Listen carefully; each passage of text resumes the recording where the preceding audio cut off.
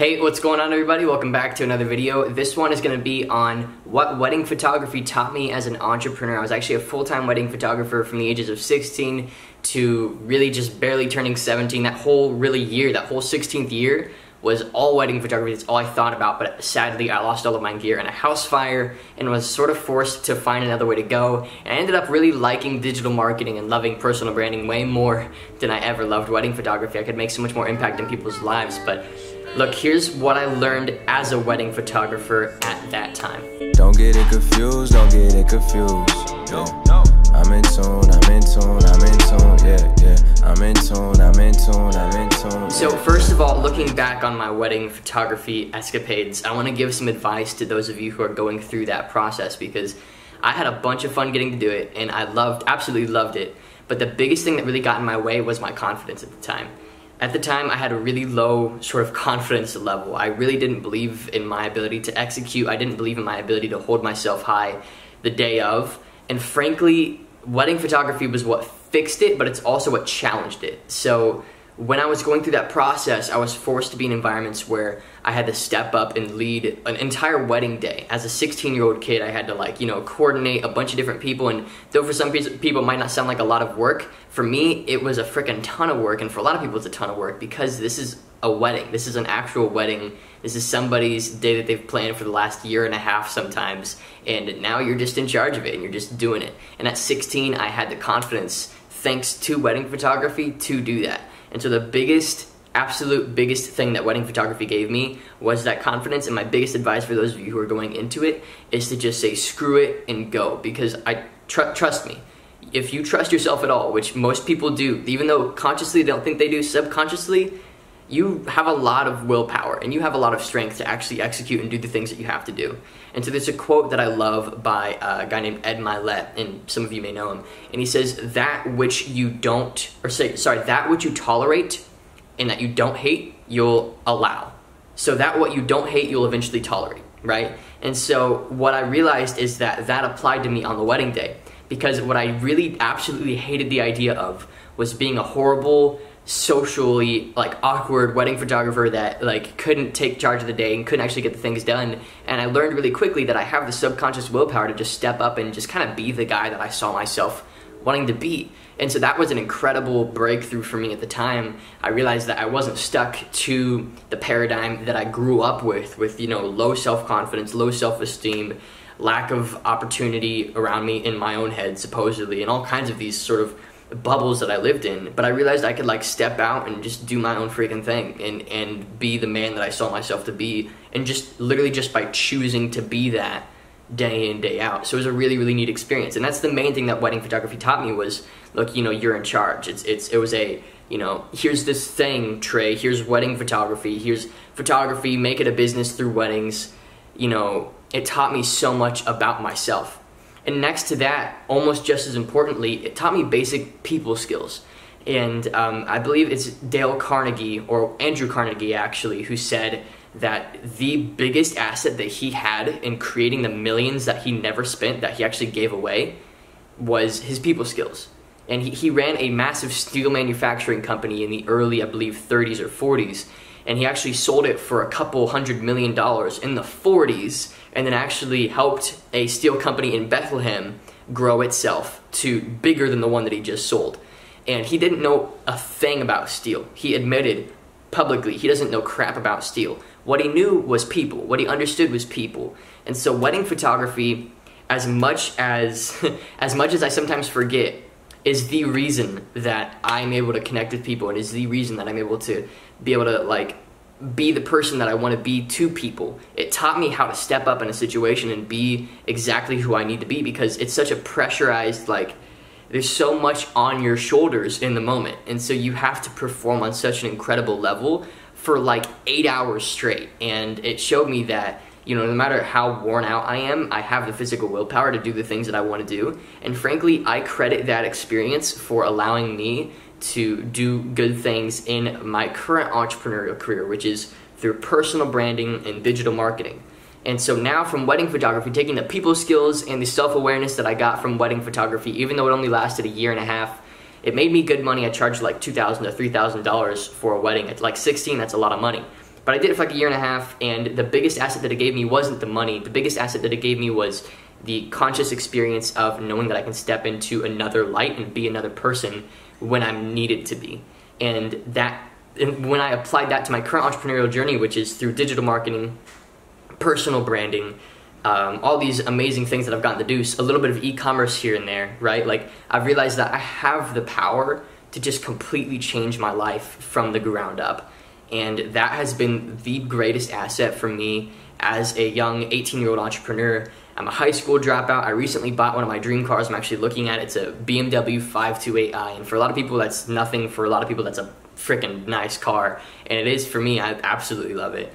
And I credit wedding photography in a massive way for giving me the skills that I've used now to create the income that I have and to create the businesses that I have. So do I recommend that you as an entrepreneur find a physical trade and go into the marketplace and deal with people face to face?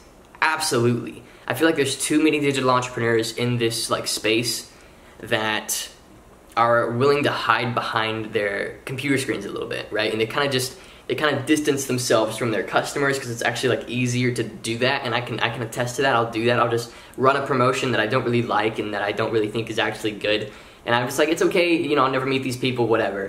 But you know, wedding photography taught me probably the most important lessons in people and, you know, in stepping out of my own boundaries, and one of them was that, you know, every single customer compounds. So if you treat one customer well, it will turn into another 2 down the line. If you treat those 2 well, you'll end up with 6. If you treat those 6 well, you'll end up with 18, right? And I realized that applies to the digital space too, even though people may not realize it, right? Your reputation is what drives inbound leads more than anything else. No matter how much money you spend on Facebook ads, no matter how much content you put out, no matter how Gary Vee you get on Instagram stories and motivational and crap like, you know, the entrepreneurial space does, it's all about having a service and a niche that you serve and a result that the niche gets when you bring the service to them.